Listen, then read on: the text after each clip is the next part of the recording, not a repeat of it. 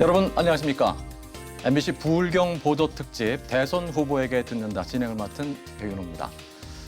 내년 3월 9일은 제20대 대통령 선거일입니다. 이제 선거일이 70여일 앞으로 다가왔는데요.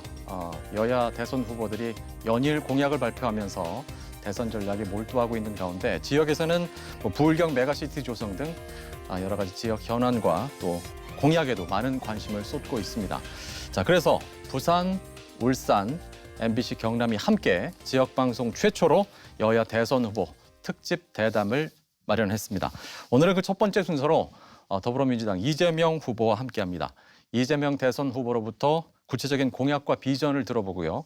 부산, 울산, 경남의 새로운 도약과 또 발전, 미래 발전 전략을 함께 도모해 보겠습니다. 자, 부산과 울산, MBC 경남 그리고 유튜브 채널로 동시에 방송되는 더불어민주당 이재명 대선 후보에게 듣는다. 이제 시작하겠습니다.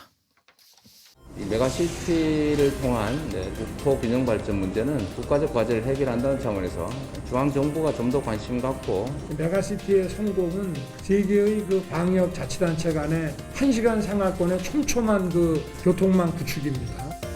두 달여 앞으로 다가온 제20대 대통령 선거. 부산과 울산, 경남 MBC가 지역방송 최초로 여야 대선 후보 특집 대담을 방송합니다. 부울경 메가시티와 가덕도 신공항, 울산 의료원 설립, 대우조선 매각 등 지역 핵심 현안들을 대선 후보에게 직접 들어봅니다.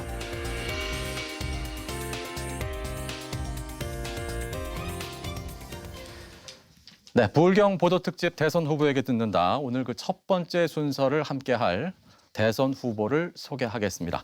자, 제20대 대통령 선거 이재명 더불어민주당 대선 후보 나오셨습니다. 반갑습니다. 네, 반갑습니다. 예, 먼 길 오시느라고 수고하셨습니다. 그렇죠. 예. 네. 이 더불어민주당 여의도 당사까지 네. 시간도 내주시고 또 공간도 내주셔서 정말 감사드립니다. 저희가 원래 지역으로 가는 게 맞는데 하여튼 일정 선거이 됐는데요. 정말 그렇죠. 환영하고 예. 제가 말씀드릴 것 성실하게 말씀드리도록 하겠습니다. 알겠습니다. 먼저 부울경 시민 여러분께 인사 말씀 먼저 해주시죠. 네, 제가 경선 당시에 이제 부울경을 다 한번 들러서 또 제가 지역 정책과 관련된 말씀도 드렸고 이번에 제가 후보가 된 다음에 이제 메타버스로 제일 먼저 갔던 곳이 바로 이제 부울경 지역이었습니다. 현장의 목소리를 들으면서 국가가 과연 우리 지방에 대해서 어떤 정책들을 집행해야 될지 또 어떤 게 부족했는지 많이 듣게 됐고 특히 해당 지역 주민들의 목소리 그중에서도 제발 우리도 함께 살자 이런 말씀 정말로 가슴 아프게 많이 들었습니다. 사실 이제 국가 균형 발전은 과거에는 그냥 배려의 차원의 문제였다면 이제는 국가 생존 전략이 됐다. 국가의 지속 성장을 위해서 반드시 해야 되는 국가 정책이 됐다고 생각하고 저희도 이번 대선 국면에서 정책 공약도 많이 말씀드리겠지만 가급적이면 저희가 당선이 돼서 우리 노무현 정부 때부터 추진해왔던 국가 균형 발전 전략 이걸 좀 현실로 좀 끌어내서 실제 성과를 좀 많이 만들어내고 싶습니다. 반갑습니다. 예. 보통 이제 대선 후보들이 지역에 가시면 네. 난 이 지역의 아들이다, 사위다, 조카다, 이런 얘기 하시잖아요. 네. 동남권, 그러니까 부산, 울산, 경남하고는 어떻게 이재명 후보께서 인연이 있으십니까? 글쎄 인연이라고 하면 제가 이제 경북 출신이어서 이제 경북에서 나고 자랐던 사람이라 또 앞으로 결국 거기 묻힐 사람이라 특별한 인연이 있다고 할 수 있는데 부울경은 아무래도 예. 제가 일단 부산은 정말로 여행 가고 싶은 곳이었고 예. 울산은 우리 외가 친척들이 좀 있어서 자주 갔던 곳이기도 하고 경남은 정말로 연고를 찾아보니까 특별히 없어서요. 제가 벚꽃 구경을 열심히 다녔던 그런 기억들이 있습니다. 예, 예. 특히 이제 제가 그 남해안 일대 이제 충무나 이런 곳에 이제 워낙 관심도 많고 또 여행도 많이 다녀서 그런 점은 있지만 특별히 연고라고 내세울 만한 건 없네요. 예. 연고가 없으시면 이제 그 좋은 결과 내시고 또 연고를 만들어 주시면 네. 또 좋을 것 같습니다. 예. 연고도 중요하지만 사실은 이제 같은 이제 이 대한민국에 사는 국민들 입장에서 배제되지 않고 차별받지 않고 좀 성장과 기회를 함께 좀 누리는 공평한 나라, 균형 발전하는 나라 만드는 게 중요하겠죠. 네, 예. 메타버스 얘기하셨습니다만 그 첫 번째 지역이 이제 울산, 부산, 경남이었어요. 네. 그래서 남다른 애정을 가지고 계신 게 아닌가. 저희는 또 그렇게 생각을 했습니다만 메타버스 울산, 부산, 경남 이렇게 순회하시면서 뭐 청년과의 대화도 하셨을 것 네. 같고 주로 어떤 점을 들으셨고 또 느끼셨는지 그걸 좀 소개해 주실까요? 제가 부울경 지역을 이제 저희가 이제 첫 번째 메타버스 지역으로 정한 건 나름 이유는 있습니다. 예. 그거는 제가 이제 대구 지역은 이제 후보가 된다면 제일 먼저 갔던 지역이고 또 이 영남이 사실은 우리 민주당에게는 매우 중요한 지역인데 더군다나 이제 노무현 대통령 또 문재인 대통령을 배출한 지역이지 않습니까? 네. 그리고 일종의 뭐라 그럴까 바로미터라고 할까? 경남 지역의 지지를 획득하지 못하면 우리는 결코 이길 수 없는 그런 정치 지형이 있기 때문에 나름 영남 지역에서도 이제 부산, 울산, 경남 지역을 첫 번째로 가면서 관심을 가지고 있다는 점도 보여드리고 또 저희로서도 매우 중요하게 이제 예우해야 될 지역이어서 갔던 것이고요. 역시 이제 저희가 메타버스로 많은 사람들 그 중에서도 특히 이제 지방 청년들을 만나 보니까 잠깐 말씀드렸던 것처럼 소외감이 정말로 매우 크다. 그리고 그게 단순히 감각적인 문제가 아니고 현실이더라. 그 중에 제가 제일 이제 가슴 아팠던 거는 우리 친구들 제발 서울로 안 떠나게 좀 해달라. 너무 외롭다. 뭐 이런 얘기들을 하는데 결국은 그것도 언젠가는 자기도 정말 떠나고 싶지 않은데 떠나야 되는 상황이 두렵다 이런 말씀일 수 있거든요. 그런 점에서 참 안타까웠다 이런 생각이 들었습니다. 예. 지금 청년들 얘기하셨습니다만은 사실 그 지역에 살고 있는 청년들은 굉장히 불안함, 네. 뒤처지고 있는 듯한 그런 느낌.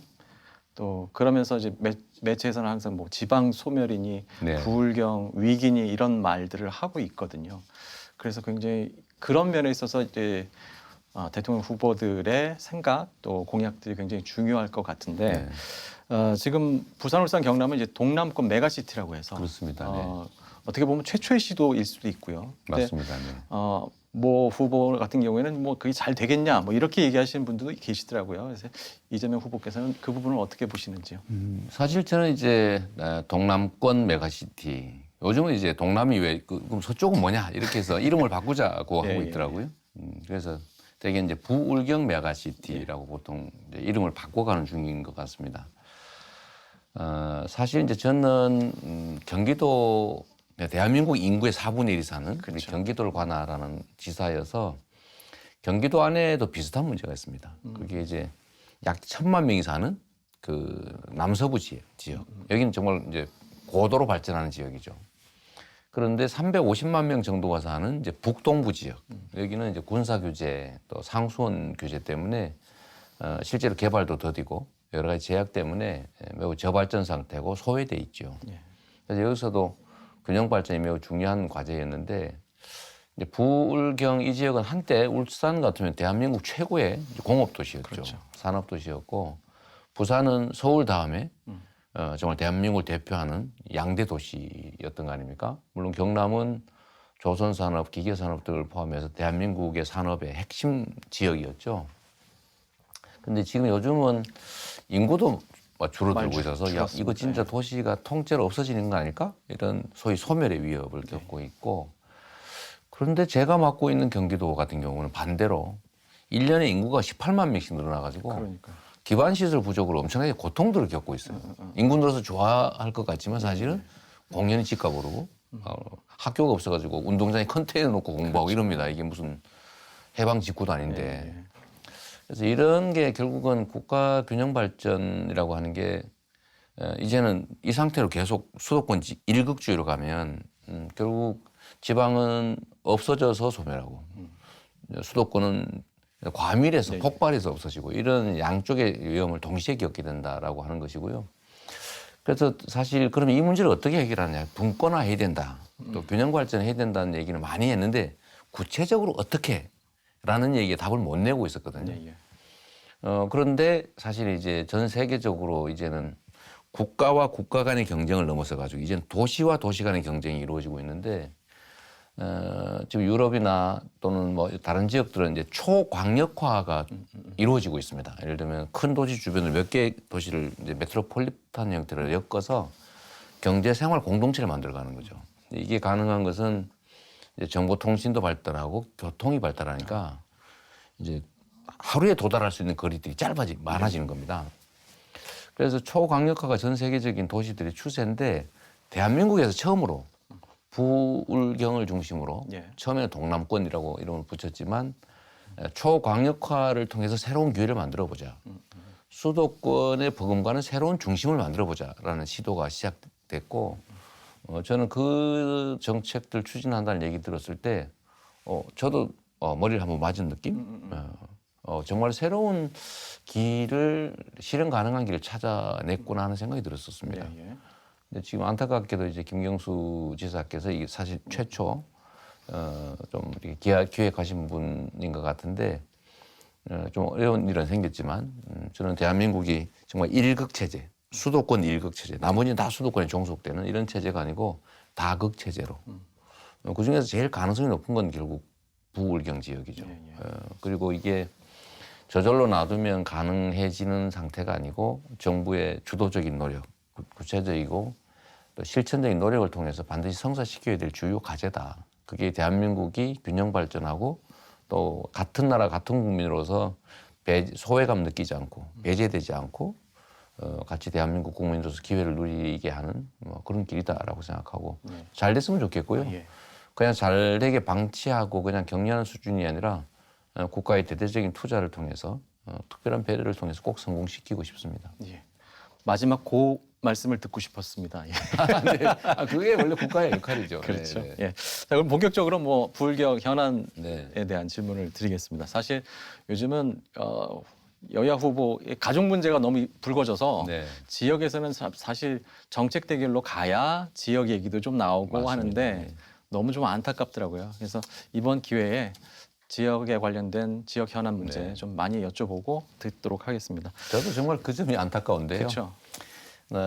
뭐 사실 대통령이라고 하는 존재는 국가의 운명을 좌우하는 중요한 사람이고 또 국가 권력을 행사하는 데서는 정말 책임 있는 단위가 책임 있게 행사해야 되는데 가족 또는 측근, 친인척 이런 사람들은 책임지지 않는 권한을 행사할 가능성이 많습니다. 아무리 막아도. 그래서 저는 가족이나 측근들에 대해서는 후보에 못지않게 무한 검증해야 된다라고 생각하고 또 저라고 뭐 문제 없는 완전 무결한 사람도 아니니까 또 저로서도 그 책임은 다 하려고 합니다.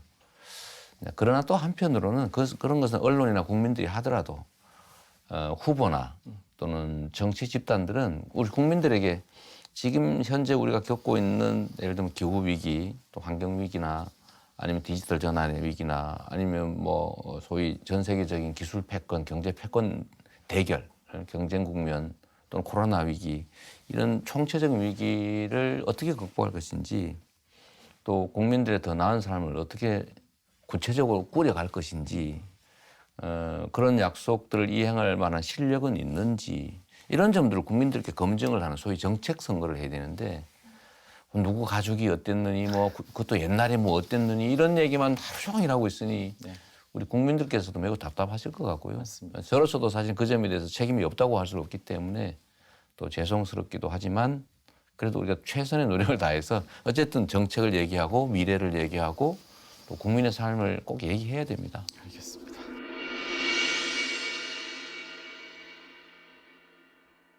부산의 가덕도 신공항 이제 뭐 특별법까지 제정이 돼서 이제 착착 진행이 되고 있는데 부산 지역 시민들이 조금 걱정하는 부분이 네. 이제 내년 3월에 사전 타당성 조사의 결과가 발표되겠습니다만 그동안 나왔던 얘기들 특히 이제 국토부에서 발표했던 그런 네. 안들을 보면 지금 부산시에서 예상한 규모 그리고 예산보다 훨씬 더 좀 적거든요. 네. 그러면 이게 소위 말하는 그 저가 항공들만이 다니는 공항 그런 공항으로 전락하지 않느냐 뭐 이런 우려들을 갖고 계세요. 그래서 가덕도 신공항 부분은 분명히 검토를 하셨을 텐데 네. 이런 지역 주민들의 우려는 어떻게 보시는지. 예.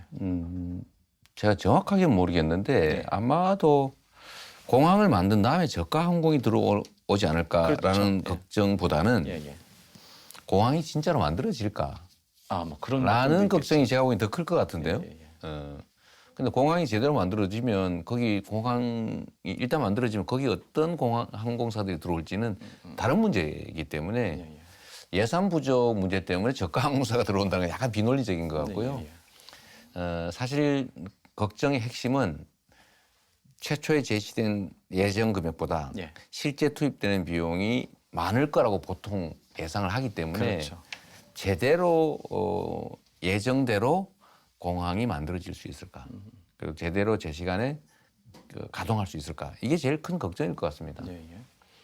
통상적으로 워낙 대규모 사업들을 하다 보면 애초 예상보다는 비용이 늘어나는 게 통례고 저는 국가가 한번 국민들에게 발표한 정책이면 정말로 근본적으로 다시 뒤집어서 어떻게 할 상황이 아니라면 정책의 일관성과 신뢰를 위해서 반드시 해야 된다고 생각합니다. 저는 뭐 성남시장이나 경기도지사를 하면서도 묵은 과제들을 해결하는데 정말로 애를 많이 썼는데 보통 결정해놓고 미루거든요. 예, 예. 한다고 생색은 내고 실제로는 예산 편성이나 이런 것들을 자꾸 조금씩 쪼개서 뒤로 미루다 보면 시작은 새만금처럼 시작은 수십 년 전에 했는데 진척은 안 되는 그렇죠.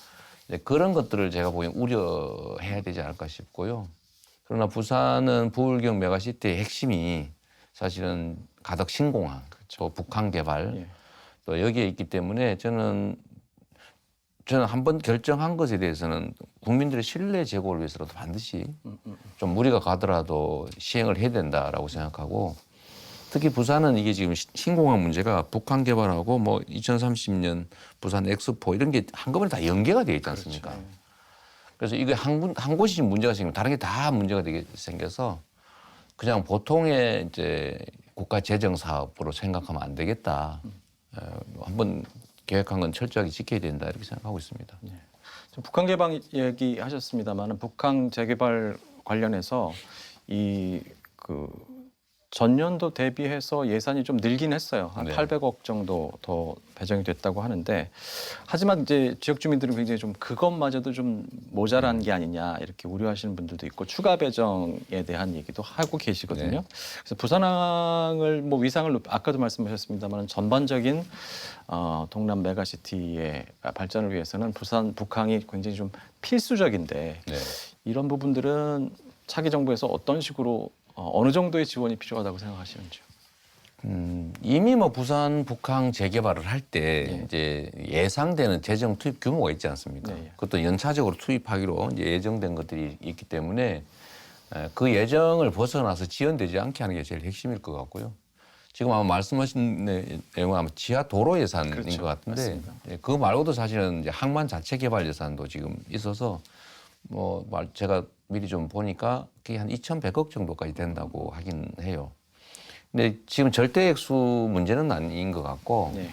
거기가 지금 2차 개발 지역도 지금 있지 않습니까? 사실 거기까지 돼야 이제 뭐 2030년 엑스포 유치도 할 수 있다는 것인데 결국 예정된 대로 진행될 수 있도록 예를 들면 예산이 좀 늘어나면 거기에 맞춰서 이제 실제 예산 편성도 좀 늘어날 수밖에 없을 텐데 예정된 대로 진행되게 하는 게 제일 핵심이겠다 그런 생각합니다. 근데 지금 말씀하신 거에 이제 말씀하셔서 이제 생각이 났는데 예정된 데서 이제 빠진 게 있어요. 그러니까 예를 들면 트램이라든지 뭐 네. 복합문화공간이라든지 뭐 오페라하우스 이런 게 이제 1단계에서 이제 설계 변경이 되면서 이제 빠진 것 같은데 예. 그래서 좀 걱정들을 하고 계시더라고요. 예, 그런 부분들은 이게 최초 계획은 했는데 예, 예. 그 최초 계획이 바뀌어 버렸군요. 그래서 약간 물론 이제 안 한다는 게 아니라 이제 지연되는 게 지연시키는. 아닌가라는 생각이 드는데 근데 그거는 아무래도 2030년 엑스포 유치와 관계된 부분들은 예정대로 해야지 사실 엑스포 유치해놓고 볼 건 아무것도 없고 그냥 행사만 한번 치르고 가버리고 이렇게 되게 하면 사실 재정 낭비가 될 가능성이 많죠. 예. 가급적이면 복합 효과를 노려서 한 사업이니까 거긴 지장이 없게 하는 게 재정 운영의 효율성 측면에서도 그게 더 바람직할 걸로 생각이 됩니다. 예. 알겠습니다. 그러니까 우리가 사실 국가 재정이라고 하는 게 제한돼 있어서 그렇죠. 재정 집행하는 관료들 입장에서는 최대한 천천히 여러 곳에 왜냐하면 요구하는 데 너무 많으니까 예.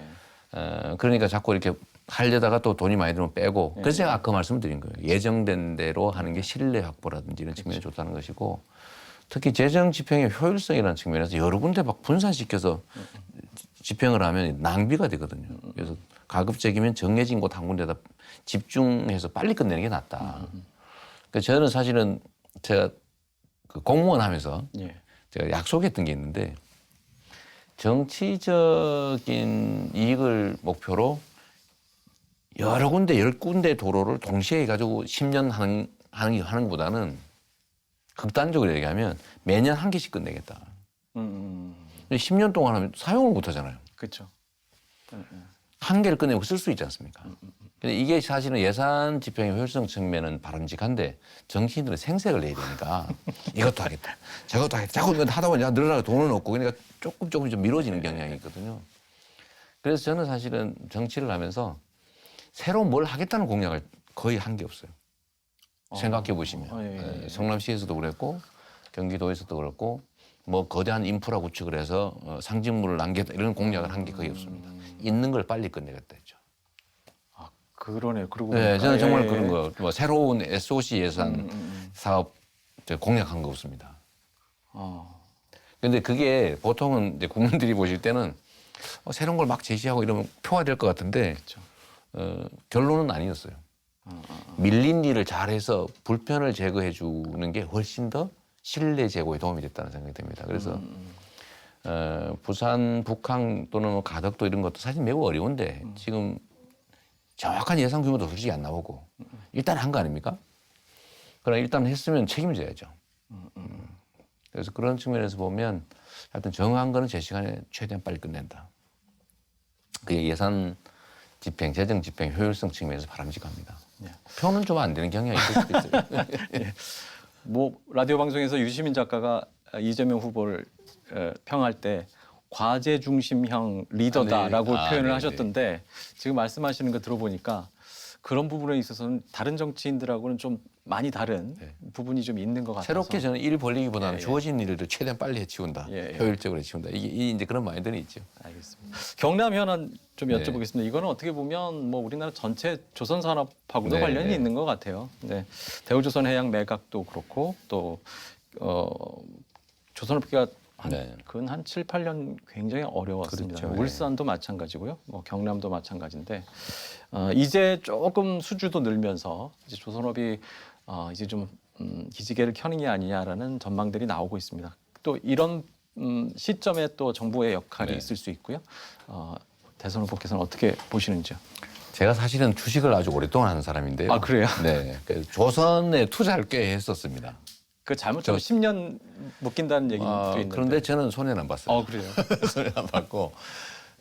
조선 경기라고 하는 게 매우 등락이 큽니다. 그렇죠. 등락이 크고 또 한 번 수주한다고 해서 그게 실제 현장에 일거리가 되는 데는 짧아도 1년, 그렇죠. 길면 2년씩 2, 걸리기 3년 때문에 이 걸리죠. 주기가 너무 길어요. 예, 예. 그래서 지금 이제 몇 년 동안 이제 사실 경남이 이제 조선 산업의 이제 불황 때문에 고생을 엄청 많이 했죠. 예, 예. 사실 인력도 많이 빠져나갔고 이제 뭐 폐업한 하청업체들도 많고 다시 이제 수주가 늘어나긴 하지만 이제는 다시 또 인력 부족에 직면하고 있는 것 같습니다. 또 하청 계열사들은 많이 망해서 다시 과연 그 지금 조선 산업 경기가 지금 활성화됐을 때 제대로 복구될 수 있을지는 좀 의심스러운 상황인 것 같아요. 그리고 조선 산업의 내용이 많이 바뀌어 버렸습니다. 그렇죠. 이게 옛날엔 저희는 이제 저가 선박 뭐 이게 중심이었다면 이제는 고가 선박, 고부가 가치 선박 그 수주로 많이 바뀌었고 또 친환경 선박으로 많이 바뀌었는데 우리가 앞으로 좀 가능한 영역은 이제 자율주행 선박 같은 이제 소위 첨단 스마트 선박 분야가 우리가 상당히 가능성이 높다고 해요. 그래서 결국은 이제 산업의 재편을 좀 이뤄내야 되는데 이제 거기에는 사실은 관련 기업들 스스로의 노력도 중요하고 또 노동자들의 예를 들면 역량도 사실은 좀 개선해 줘야 되고 정부가 예를 들면 지역 사회에 대한 지원들을 좀 많이 늘리고 또 노동자들 재교육하고 또 일종의 전환 산업 전환에서도 좀 정부 투자가 필요하다고 생각하죠. 지금 조선 산업 중에 일부들은 사실 풍력 발전 산업으로 많이 전환하고 있습니다. 이게 거의 비슷하대요. 실제로 우리가 풍력 산업에 수출하는 기업들이 상당히 또 요즘 우리나라가 각광받고 있기도 합니다. 그래서 조선에만 완벽하게 의존할 상태를 하면 안 될 것 같고요. 근데 그 자체도 좀 내용을 바꾸고 가되 또 새로운 산업으로 전환하는 게 필요할 것 같고, 저는 그 중에 제일 핵심 산업 중에 하나가 결국은 재생에너지 관련 산업이라고 생각해요. 그러니까 풍력 발전, 태양광 발전, 이 설비 산업과 또는 뭐 생산 자체, 소비, 유통 이런 영역으로 좀 산업을 좀 전환해 나가는 게 필요하지 않겠냐. 근데 그 사이에는 간극이 발생하니까 그렇죠. 이제 정부가 상당 정도는 또 책임져 줘야 되겠죠. 국가의 대대적인 투자가 필요하다라고 한 부분이 사실 이런 부분을 메꿔주는 겁니다. 알겠습니다. 이건 뭐 전 국민이 다 관심을 가지고 있는 질문이긴 한데 후쿠시마 원전 오염수 배출 문제. 네네. 이거는 좀 국가적으로 대응을 해야 되지 않을까 하는 생각이 드는데 이제 일단 동남권이 대부분 이제 해안을 끼고 있는 도시들이 많고 그렇죠. 수산업 관련 종사자들이 많기 때문에 이게 굉장히 큰 관심사입니다. 일본에서도 가깝고. 그렇죠. 예. 이 부분은 어떻게 보십니까? 저는 사실 참 그 일본과 한국의 기본적인 관계를 정말 미래지향적으로 좀 재편해야 된다고 생각합니다. 일단은 이제 과거사 문제나 예. 또는 뭐 외교 문제 중에서도 이제 영토 문제 이런 것들을 좀 분리하고, 또 경제사회 문제는 또 미래지향적으로 협력 관계를 좀 확대해 가야 된다라고 생각합니다. 근데 그 중에 사실 이제 후쿠시마 오염수 문제는 물론 일본 입장에서는 어려운 상황인 건 맞을 겁니다. 이게 계속 발생은 하고 있고 근원적으로 치료는 안 되고 그렇다고 계속 돈으로 이걸 막을 수는 수도 없고, 없지만 그렇다고 해서 그거를 대책도 없이 해양에다 방류하겠다는 생각은 정말 반지구적인 생각 아닌가, 부도덕한 판단이라는 생각이 들어서 저는 최대한 우리가 그걸 방어는 해보는데 뭐 자기 바다에 자기가 버리겠다는데 어떡하냐라는 얘기도 사실 있지 않습니까? 그래서 최대한 우리가 이제 방류를 막아는 보는데 못 막을 경우를 대비해서 저희는 일본의 그 오염수에 의한 우리 해역의 피해 문제를 최대한 좀 체킹하고 또 피해를 최소화하기 위해서 일본산 오류의 수입 문제에 대해서 좀 더 근본적인 대책을 강구하든지 해서 우리 국민들의 안전을 위한 노력을 지금보다는 훨씬 많이 배가해야 되겠다는 생각을 하고 있습니다. 네. 뭐 일본인들의 자존심 때문인지 모르겠습니다만 그냥 혼자 저렇게 결정할 게 아니라 그 관련 국가들하고 같이 머리를 맞대고 좀 해결책을 찾으면 어떨까 하는 생각도 드는데 저는 그런 생각까지 들었습니다. 만약에 이제 그게 경제적 문제라면 좀 계속 생기는 거를 해역에 방류해가지고 인근 국가한테 피해를 입힐 게 아니고 차라리 국제사회의 도움을 받아서 그러니까요. 우리가 차라리 비용을 지불해 줄 테니 버리지 말고 좀 관리를 하자라고 하는 방식의 국제적 협조를 끌어내는 게 훨씬 더 비난도 적고 피해도 적고 하지 않을까 싶은데 좀 쉽지가 않은 것 같습니다. 자 이제 울산 현안 네. 여쭤보겠습니다. 코로나를 겪으면서 사실 울산은 의료 인프라 부족을 네. 상당히 많이 느꼈고요. 그리고 울산 시민들이 그래서 울산 의료원 설립, 뭐 공공의료 인프라 확충에 대해서 지금 관심이 굉장히 높아졌습니다. 그래서 울산 의료원 설립에 있어서는 사실 지금 가장 걱정하는 것이 예비 타당성 네. 조사. 이걸 좀 면제해 주시는 게 어떨까? 뭐 시민들은 그렇게 바라고 있습니다. 이 부분에 대해서는 어떻게 보시는지요? 국가 정책을 결정하는 사람 입장에서는 특정 지역에 대한 특별한 조치가 사실 바람직하지가 않아요.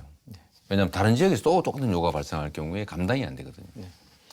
근데 아시겠지만 저는 사실 이제 공공의료원 설립 운동을 하다가 예. 정치에 입문한 사람이죠. 성남 시립의료원을 예. 지으려고 하다가 이제 그게 이제 국민의힘에 의해서 좌절되면서 약간의 소란이 발생하는 바람에 제가 수배가 됐고 수배 도중에 차라리 시장이 돼서 우리가 시립의료원 만들자 이렇게 해서 결국은 이제 제가 만들었죠. 만들었는데 작년에 개원했어요. 근데 그게 한 2천억 들었습니다.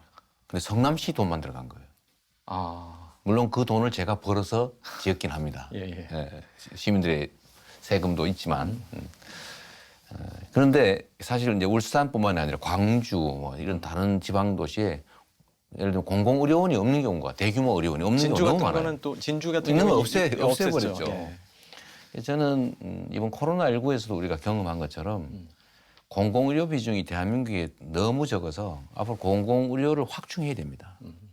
병상 기준으로 뭐 6%, 많으면 8% 정도에 불과해서 공공의료 비중을 늘려야 될 텐데 이거를 지방자치단체 보고 하는 비용이 너무 많이 들어요. 성남이니까 2천억 정도를 부담을 하는 거지 웬만한 데 부담하겠습니까? 그렇죠.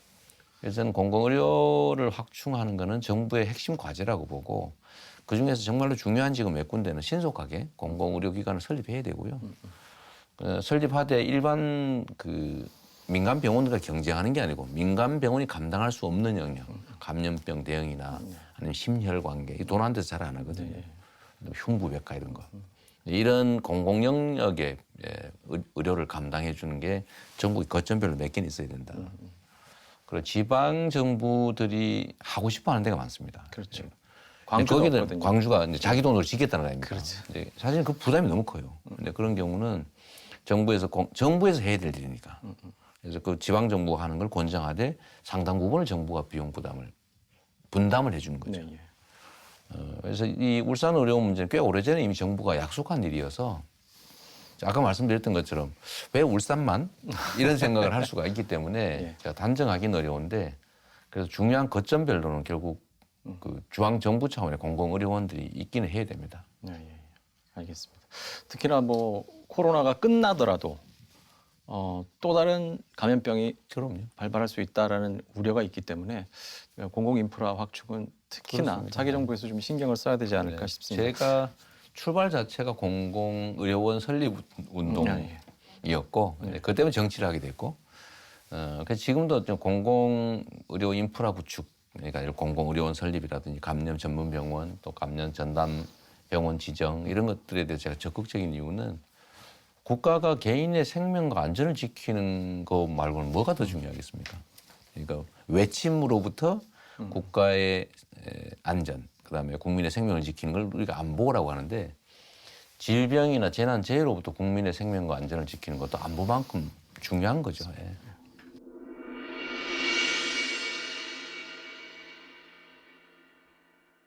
얼마 전에 이제 모 언론사와 이제 인터뷰하실 때 이제 공공기관 이전에 네, 관련해서 나머지 197개 공공기관 이제 전부 만약에 당선이 된다면 네. 이제 이전을 하겠다라고 얘기를 하신 것 같긴 한데 1차 공공기관 이전, 혁신도시에 관련돼서 기대했던 효과가 과연 만족스럽게 나왔느냐에 대해서는 좀 논란이 있습니다. 네. 뭐 일자리 창출이라든지 뭐 인구 이전 효과가 그다지 없었다라는 평도 있고요. 그래서 2차 공공기관 이전 혁신에 관련해서는 어떤 계획이신지요? 지금 이제 기대했던 것보다 효과가 작은 이유가 제가 보기에는 이제 몇 가지가 있는데 예. 이제 그건 결국 이제 새로운 대안의 대안을 만드는 토대가 되겠죠. 첫 번째로 보니까 혁신 도시를 만들었는데 그 구도심과 다르게 새로운 도시를 만드는 바람에 예. 그 안에서 엄청난 차별이 발생한 것 같습니다. 그러니까 구도심이 이렇게 무너지는 신도심으로 다 이동하면서 그래서 내부에서 갈등이 벌어지더라라는 게 하나 있고 두 번째는 가면 당연히 이제 관련된 직원과 가족들이 이사를 가거나 아니면 거기서 생업을 하거나 아니면 생활을 하면서 그 지역 사회에 동화가 돼야 되는데 상당수가 주말 부부를 하고 있더라. 왜 주말 부부로 하느냐 봤더니 교육 여건이 나쁘다. 이제 문화 생활 여건이 나쁘다. 결국 인프라 투자가 부족했다라는 얘기가 되는 거죠. 그래서 이게 이제 그 문제를 또 해결해야 되겠다. 만약에 이제 앞으로 추가로 저는 이제 공공기관의 지방 이전은 꼭 해야 될 일이라고 봐요. 왜냐하면 저는 대한민국이 지금처럼 수도권에 몰려가지고 막 미어터지고 지방은 사람이 없어서 사라지게 생기고 이걸 해결하지 않으면 미래가 없다고 보기 때문에 지방에도 하나의 새로운 기회를 만들려면 결국은 재정을 추가 투자하든지 또는 공공기관들이라도 지방에 보내서 거기서 어쨌든 새로운 마중물 역할을 하게 한다든지 또는 산업 배치에서도 거기 인센티브를 줘가지고 지방으로 가는 게 서울에 또는 수도권에 있는 것보다는 이익이 되게 해주는 게 바람직할 수도 있죠. 또는 예를 들면 도로라든지 이 기반 시설 구축해서 강남을 통과하는 GTX 한 개 까는데 보통 12조 원, 10조 원 듭니다. 근데 예를 들면 이거를 지방에다가 인프라를 구축하면 당장은 효율성이 떨어지겠지만 장기적으로 보면 효율성을 높이는 국토 전체를 보면 그런 거니까 인프라 투자에 대해서 지방에 우선권을 주거나 가점을 주거나 뭐 우선 배정을 하거나 이런 것들을 해야 되겠죠. 이제 이런 것들을 이제 할 때 문제는 기득권의 저항이 있습니다. 당장 예를 들면 사람 많은데 먼저 해라. 네. 말 되잖아요. 사람 많은데 표가 많잖아요. 그거 현실이죠, 그죠? 그러니까 언제나 힘센 사람 많이 사는 지역에 우선적으로 투자를 자꾸 하게 되죠. 근데 그걸 좀 견뎌내고 좀 장기적인 미래, 좀 대국적 관점에서 국가 전체의 효용성을 높이는 방향으로 갈 필요가 있습니다. 결국은 국가의 역할이 중요하다. 또 길게, 넓게, 크게 보고. 저는 뭐 대한민국의 경제력 수준으로 충분히 대한민국 전역이 함께 사는 세상, 또 장기적으로 성장 잠재력이 균형 발전을 통해서 제고되는 그런 나라 충분히 만들 수 있다고 생각하죠. 예. 공공기관 이전은 제가 경기도에서 해봤는데 네. 수원 중심의 남쪽에 있던 그 20몇 개씩 되는 공공기관을 제가 북동부로 거의 다 절대 옮기면 안 되는 그런 게 있어요. 예를 들면 무슨 극장이 여기 있는데 그 극장을 관리하는 기관을 옮길 수는 없지 않습니까? 네, 그런 거 빼고 나머지는 다 옮겼는데 의외로 우리 경기도민들 남쪽에 계신 도민들의 수용성이 높아가지고 표가 별로 안 떨어지더라고요. 네, 국민들이 제가 그 말씀을 드리는 이유는 대한민국 국민들의 민도가 너무 높아가지고 네. 매우 공리적이라는 거예요. 그러니까 정말 이번에 K방역이라고 하는 것도 보면 정부가 잘 했지만 핵심은 우리 국민들께서 마스크 쓰라 그러니까 자기 돈으로 맞습니다. 새벽에 줄 서가지고 마스크 사 쓰고 2,500원씩 하는데도 사서 쓰고 마스크 못 사면 집에서 안 나오고 이런 정말 헌신적이고 또 협조적인 국민들 때문에 우리가 K방역도 성공했고 또 경제적으로도 성공했는데 저는 공공기관 이전이 국가 발전이 필요하다. 그러니까 좀 불편을 감수하자라고 했을 때 저는 우리 국민들이 그걸 다 좀 손실을 보더라도 다 수용할 거라고 생각하기 때문에 제가 그런 측면에서 좀 용감한 데가 있죠. 알겠습니다. 한번 기대를 해보겠습니다. 예. 현재 부산, 울산, 경남 지역이 다 수도권에 비해서 교통 인프라가 많이 부족하다고 생각합니다. 현재 서울이나 수도권 같은 경우에는 지하철을 계속해서 만들어 가고 있는데 울산은 광역시에 비해서 계속해서 교통이 개발이 되지 않고 있다고 생각을 하고 많은 불편함을 느끼고 있습니다. 혹시 이에 대해서 어떻게 해결해 주실지 질문 한번 드리겠습니다. 자, 지금 뭐 네. 직접 들어보셨는데 네. 수도권에 비해서 부족한 부울경 도시 교통 인프라, 또 동남권 연계 교통 인프라 이 부분에 대해서는 어떤 지원 전략을 가지고 계신지. 사실 이제 부산은 피난 도시여서 사실은 이제 교통 인프라 구축이 너무 어렵습니다. 예, 예. 저도 제 친구들이 많이 살아서 자주 가봤는데요. 요즘은 터널도 좀 많이 만들고 또 그 해상으로 도로들 많이 만들어서 겨우 견디고 있긴 그래서 하는데. 운전하기도 되게 힘든데. 네. 뭐 밤에 보기에 경치는 좋긴 하던데 어쨌든 엄청나게 힘들겠죠. 예. 비용도 많이 들고. 결국 이제 교통 인프라는 첫째는 철도, 두 번째는 도로, 터널, 뭐 좀 넓게는 이제 항만, 그다음에 이제 비행기 이런 게 될 텐데 핵심은 도로가 되겠죠. 고속도로나 아니면 뭐 그 도심 내 전용 도로 이런 거일 텐데 부울경 메가시티를 현실로 만들기 위해서는 그냥 행정구역 합치거나 아니면 말로 한다고 되지가 않지 않습니까? 그렇죠. 경제와 생활이 하나의 건으로 묶일 수 있어야 되거든요. 그래서 저희는 이제 공약으로는 부울경 1시간 생활권. 근데 거기에 핵심은 이제 뭐 철도와 그다음에 이제 도로, 간선 도로가 되겠죠. 결국 돈인데 저는 국가가 인프라 투자에서 지금 당장의 효율에서 좀 차이가 나더라도 예를 들면 부울경 또는 전남 광주, 대구 경북, 뭐 충청권 이런 식으로 좀 새로운 도시, 지방의 핵심 도시를 만든다 이렇게 생각하고 거기에 대해서 좀 투자를 좀 과감하게 하는 게 제일 중요하지 않을까 싶어요. 지금도 뭐 구체적으로 보면 뭐 남부 내륙철도니 뭐 울산, 양산, 부산 가는 도로 또는 울산, 양산, 김해 이건 뭐 민자도로 또 이 재정 사업으로 할 거니 말 거니 논쟁들이 많긴 하지만 저는 뭐 최대한 국가 재정을 투자하고 또 민간 투자를 원활하게 해서 1시간대 이내에 부울경은 다 서로 소통할 수 있게 만들자라고 생각합니다. 예. 자, 이제 두 번째 시민 의견 한번 들어보겠습니다. 서울에서 대학교 졸업하면 또 취직도 잘 되고 뭐 진로가 좀 창창한 것 같은 느낌인데 지방대에서 졸업하면은 뭔가 좀 막막한 느낌이어서 뭐 해결할 방안이 있는지 그게 궁금합니다. 네. 자, 지역 대학을 나온 학생들이 참 걱정이 네. 많습니다. 지역 대학 출신들 굉장히 차별도 많고 또 좀 배려를 해야 되는 게 아니냐라는 질문이신 것 같은데 여기에 대해서 의견을 네. 좀 밝혀 주시죠. 제가 얼마 전에 아마 보신 분 계실 텐데 이제 마이클 샌달 교수 예. 그 교수님하고 그 이제 공정이 과연 진짜 뭐냐 지금 공정한 게 실제로 정의롭냐 공정하다고 하는 것들이 진짜 공정하냐 뭐 이런 이제 대화를 한 일이 있어요. 그 중에 하나가 예를 들면 지방의 청년 문제입니다. 청년은 사실 우리 기성세대들은 고도성장 사회를 살아서 기회가 많은 인생이었죠.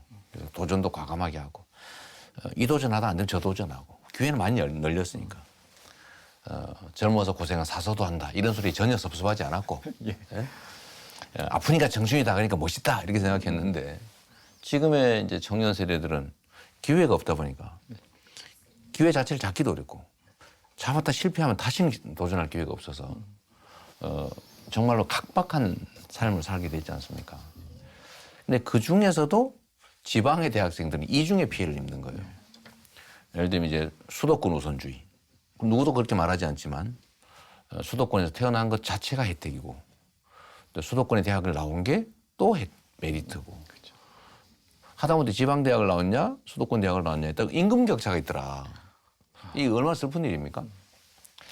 그래서 이 이중의 차별 소외를 받고 있는데 해결점이 뭐냐 그러면 결국 국가의 투자를 통해서 지역의 산업들이 부흥하게 하고 또 지역의 생활 문화 여건을 개선해주고 또 지방의 교육 여건을 개선해서 훌륭한 인재들이 나게 하고 그걸 두고 이게 다 국가의 재정에 관한 문제인 거죠.